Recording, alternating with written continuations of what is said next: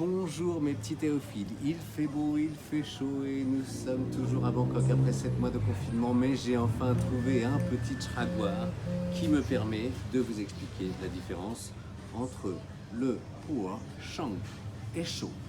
Donc le chang, il a une configuration, c'est un thé qui à la base est plus vert car il est de l'année et donc normalement celui-ci a déjà quelques années, donc il n'est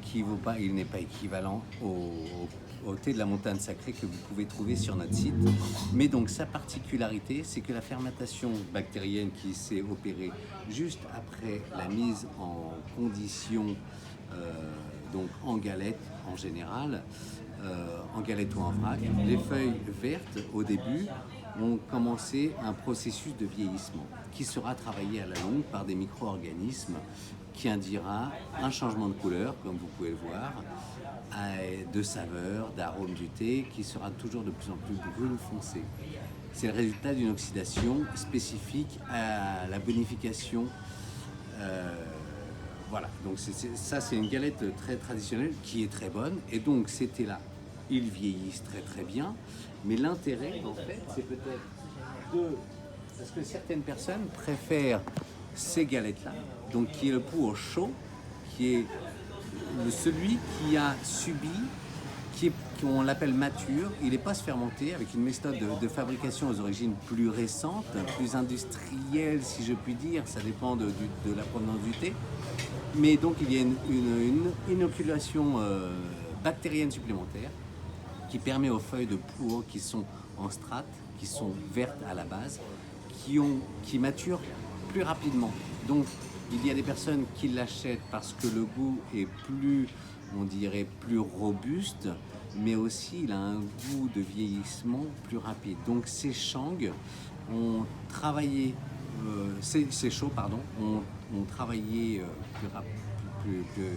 ils ont une maturation plus rapide et c'est le résultat d'un thé aux feuilles foncées, parfois presque noir, hein. Et donc pour résumer, que ce soit l'un ou l'autre type de pu'er cha, ils offrent une caractéristique gustative similaire mais différente, car donc ce chang qui est plus ou moins vert, il aura évidemment une astringence s'il est de l'année, car on le trouve l'été de l'année dès qu'ils sont conditionnés. Donc il est plus vert, il est plus herbacé, fruité, amer,